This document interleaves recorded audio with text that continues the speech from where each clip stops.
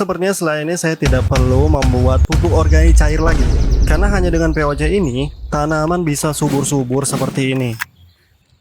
Ini adalah jakaba. Iya benar, jakaba yang mungkin sering kalian dengar. Tapi, jakaba yang saat ini ingin saya buat cukup kompatibel untuk digunakan di segala fase. Dari fase vegetatif sampai generatif.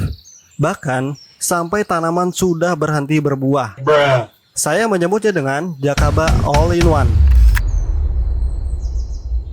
Untuk bahan-bahan yang saya gunakan sangat sederhana dan insya Allah mudah didapatkan, yaitu 500 gram dedak padi, 20 liter air bersih, pastikan air yang tidak mengandung kaporit, 1 genggam rerumputan hijau, boleh pakai jenis rumput apa aja, ini beratnya sekitar 200 gram. Kayu yang sudah lapuk secukupnya saja. Kalian sendiri yang menentukan takarannya gitu. Mau sedikit mau banyak itu terserah, tapi jangan sampai berlebihan. Kemudian 500 gram humus. Pakai humus bambu lebih baik dan gak harus 500 gram. Boleh lebih, boleh kurang. Kemudian yang terakhir, 1 sendok makan garam krosok. Kalau nggak ada garam krosok, bisa diganti dengan garam dapur. Mungkin sebagian kalian ada yang bertanya, kenapa sih harus pakai dedak padi? Apakah boleh diganti dengan yang lain? Maka saya jawab, dedak padi mengandung protein, lemak, serat, karbohidrat, dan lain-lain. Nah, karbohidrat ini yang ingin saya manfaatkan sebagai umpan jakaba. Ketika saya membuat jakaba menggunakan dedak padi, maka jakaba itu mudah tumbuh dan mudah membesar. Namun, apakah boleh diganti dengan sumber karbo yang lain? Maka jawabnya, boleh. Tapi saya sarankan pakai dedak padi aja. Karena mudah didapat di toko pakan burung dan harganya murah banget gitu. Selain itu, dedak padi mengandung kalsium, fosfor, dan magnesium. Unsur tersebut dibutuhkan oleh tanaman. Nah, kalau air yang digunakan tidak boleh mengandung kaporit. Soalnya itu dapat mematikan mikroorganisme. Kemudian rumput. Saya menggunakan rumput hijau sebagai salah satu sumber nitrogen. Karena yang saya tahu, semua materi dedaunan hijau mengandung nitrogen. Adapun kayu lapuk, sebenarnya ini pengalaman pribadi saya. Jadi ketika saya kecil, saya senang banget bercocok tanam. Jadi pada saat itu saya menyediakan wadah khusus untuk menyiram tanaman saya. Kemudian tidak sengaja ada kayu lapuk yang terjatuh dan masuk ke dalam wadah air itu.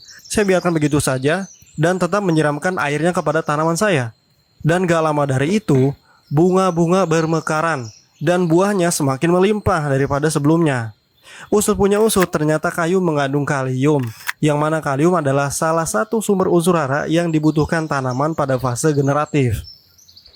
Humus. Saya gunakan humus sebagai sumber jakabanya. Jadi harapannya humus itu mengandung spora jakaba yang nantinya akan tumbuh menjadi jakaba yang besar. Garam krosok. Nah, garam krosok ini mengandung banyak sekali mineral, termasuk magnesium, kalsium, sulfat, dan kalium. Semua unsur-unsur yang barusan dibutuhkan tanaman pada semua fase. Pertama, siapkan airnya terlebih dahulu. Kemudian masukkan dedaknya. Aduk-aduk hingga merata. Setelah rata, masukkan rumput hijaunya. Pastikan rumput ini tenggelam. Setelah itu, masukkan kayu lapuknya. Terakhir, masukkan humusnya. Usahakan humusnya jangan sampai tenggelam. Oh ya lupa, kita cairkan dulu garam krosoknya. Setelah cair, masukkan ke dalam olahan yang tadi. Jangan lupa tutup wadahnya, tapi nggak perlu terlalu rapat. Setelah ini, biarkan selama 30 hari. Alhamdulillah, sudah 30 hari berlalu. Saatnya kita cek dulu nih ramuan jakaba kita. Alhamdulillah, jakabanya sudah jadi. Kita nggak terlalu banyak, itu nggak jadi masalah. Lama-lama juga jakaba terus berkembang dan akan terus bertambah besar. Yang terpenting dari semua itu adalah manfaatnya, bukan sekedar ukuran jakabanya. Sekarang kita cek nilai TDS-nya. Alhamdulillah, ternyata dapat 1300 ppm lebih. Ini nggak terlalu besar, tapi cukup oke lah. Sekarang saya mau cek pH larutannya. Seperti biasa, jakaba memang memiliki pH yang cukup basa. Larutan jakaba yang saya buat mendapat pH 8-an. Sekarang kita aplikasikan pada tanaman. Di sini saya menggunakan dosis 100 ml per liter air. Kocor kepada semua jenis tanaman yang masih vegetatif. Nah, khusus tanaman yang sudah masuk fase generatif, dosisnya ditambah menjadi 200 ml per liter air. Kocor kepada tanaman sebanyak 200 ml per tanaman dengan interval 7 hari sekali. Saya rasa tidak perlu membuat video uji coba manfaat Jakaba ini, karena pada video saya beberapa tahun yang lalu sudah dibuktikan bahwa Jakaba memang sangat bermanfaat bagi tanaman.